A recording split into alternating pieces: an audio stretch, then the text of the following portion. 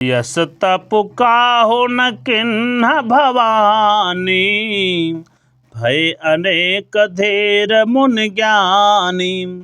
अब उर धरहु ब्रह्म बरबानी, सत्य सदा संतत सुचि जानी।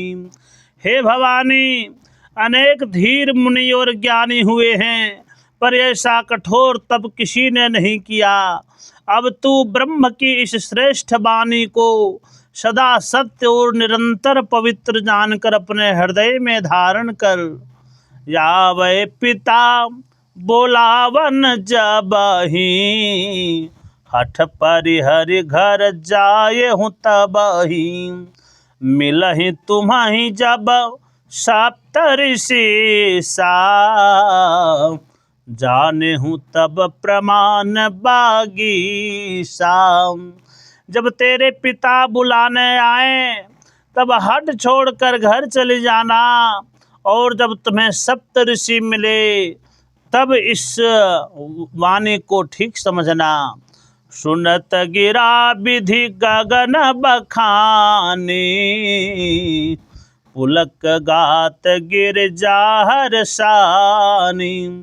उमा चरित सुंदर मैं गावा, सुनहु शंभु कर चरित सुहावा।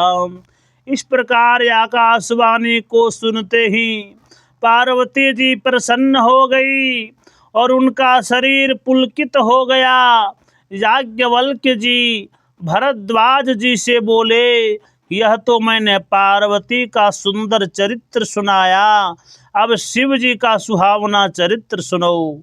जब ते सती जाई तनु त्यागा, तब ते शिव मन भयउ विरागा। जपहि सदा रघुनायक नामा, जहाँ तहाँ सुनहि राम गुण ग्रामा। जब से सती ने शरीर त्याग किया था, तब से भगवान शिव पूरी तरह बैरागी हो गए। वे सदा श्री राम जी का जप करते रहते और जहाँ तहाँ जाकर श्री रामचंद्र जी के गुणों की कथा कहते रहते। मंगल भवन अमंगल हारी, द्रवहु सुदशरथ अजिर बिहारी।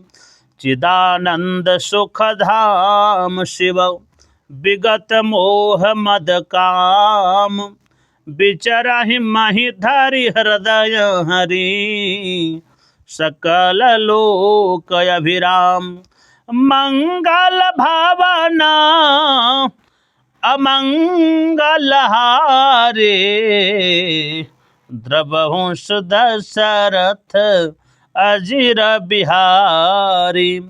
चिदानंद सुख के धाम, मोह मद और काम से रहित शिव जी, संपूर्ण लोकों को आनंद देने वाले श्री रामचंद्र जी को हृदय में धारण कर पृथ्वी पर विचरण करने लगे।